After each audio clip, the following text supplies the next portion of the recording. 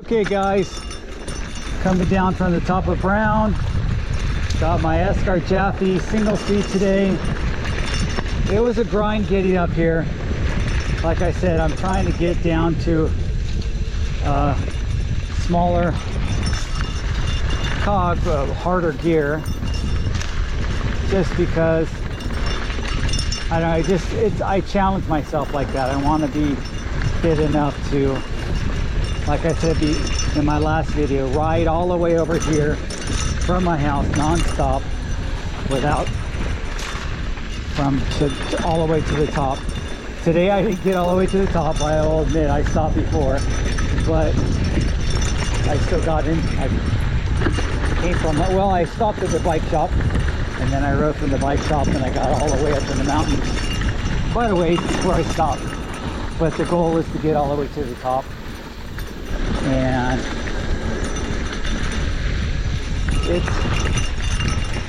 it's a challenge, I think, for myself. I think you have to do challenges for yourself if you want to thank you. Welcome. If you want to keep your gains, if you will. And I've let my gains go because I've been working my ass off. So I've got some good news. The good news is I will be riding a lot for the next month. I'm taking a month off work and I will be traveling and riding my bike too, having a good time. So I'm looking forward to that. It's my first long break in 2 years, and I'm a workaholic, you guys, and I'll admit it. And it's not a good, I don't say that as a badge of honor. It's actually stupid to be such a workaholic. You really are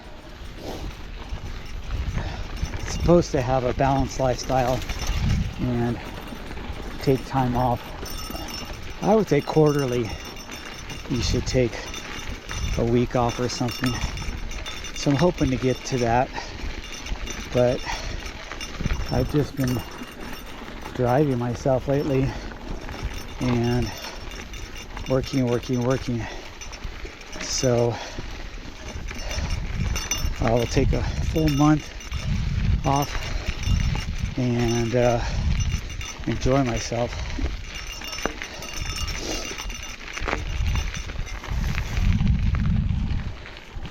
This is the funnest part for me when I come up to Brown Mountain, is this upper part.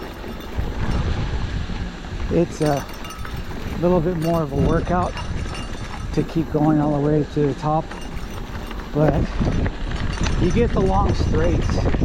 You don't get this if you just go down from the saddle, because once you hit El Perito, that is switchback city. You have to be someone who doesn't mind tight switchbacks when you're on El Perito. So I will finish this and get down El Perito, and then I gotta ride home. So it's a little mundane riding all the way over here with my single speed, but like I was telling you guys on my other video, I do like the fact that I've rode all the way from my house to the top on all my bikes and have done it non-stop on all my bikes, and I want to get to that again. So, oh man, I love this.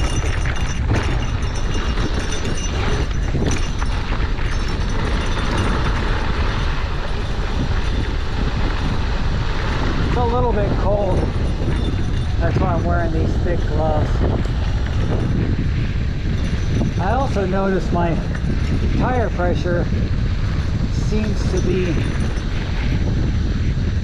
really low, and my tire is still tight, and it's kind of weird.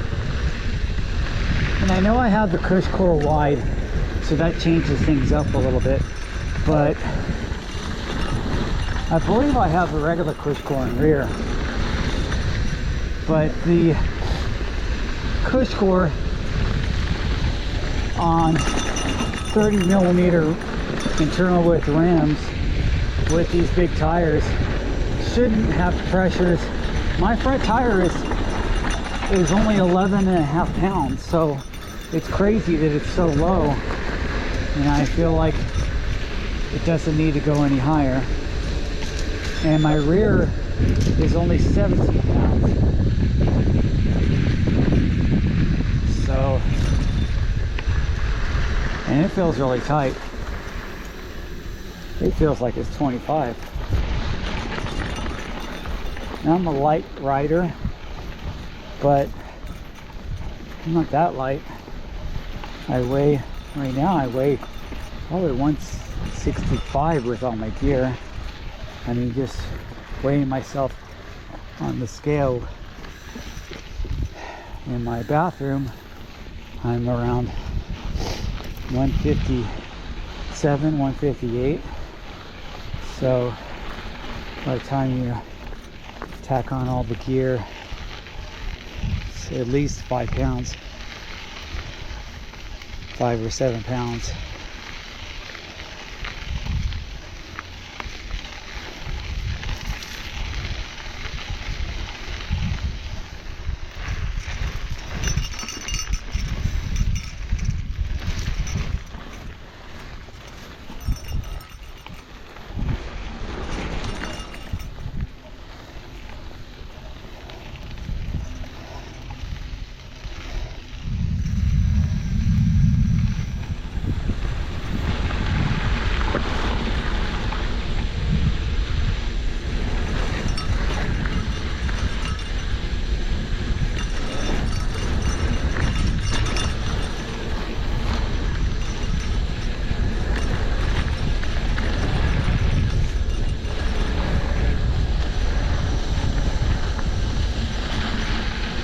Alright, I will film this and then I will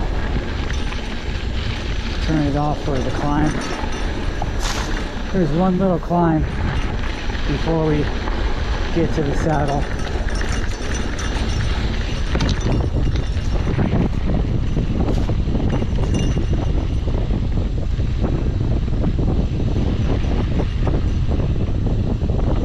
See how smooth this is? You can hardly hear the bell. That's why I love doing this trail on my rigid single speed all the time.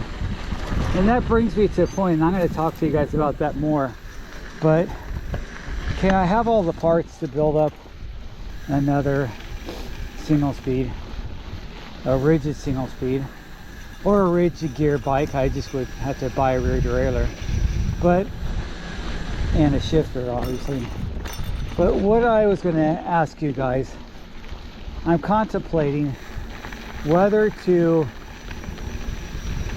buy a Thai Hayduke and build up a geared rigid bike, buy a Thai Jaffe and maybe make this Jaffe rigid and make the Thai one with this fork, or buy custom steel. And I've never gone custom with steel. I've got steel that I bought. These, I love these Escars, the Hayduke and the Jaffe, and it's really amazing. But I think custom steel would even be more amazing. And I've done custom Thai and I loved it, but I've got 2 custom Thai gravel bikes, and I see no need to get another custom Thai mountain bike. I did the custom Thai rigid single speed. If you guys see my old videos of my 7 Sola, and I went all out on that. I love that bike, and there's something about riding a rigid single speed on technical single track that's appealing. And it's also very appealing having a bike that has big 2.6 tires, or even 2.8 or whatever, or 3.0, and is still stupid light. So that's what I'm thinking. I could build up, of course steel won't be as light, but I could still make it pretty light if it's rigid. So what do you guys think?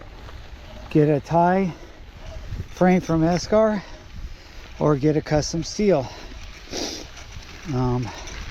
That's what I'm thinking about right now.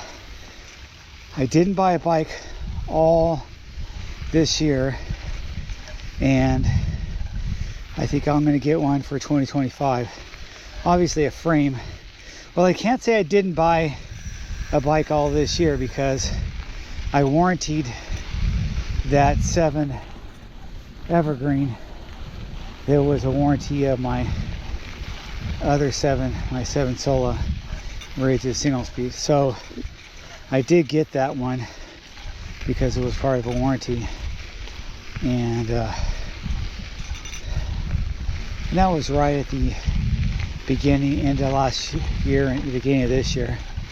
And I love that bike. It's a nice bike. And I would have just gone with the same frame, same bike, but I just didn't want to have them fix it and have a bike without a dropper post. So even the new gravel bike that I got has a dropper post, and I just feel dropper posts are just essential right now.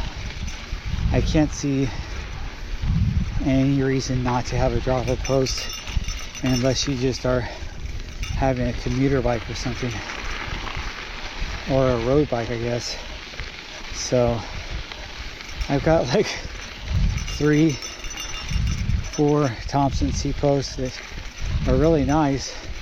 I think 2 of them are the Thompson Masterpiece, but I just wouldn't build up a bike without a dropper post. Well, it's not the kind of bike that I would custom build. It doesn't make sense to custom build a commuter bike. Hello. Hi. Because there's really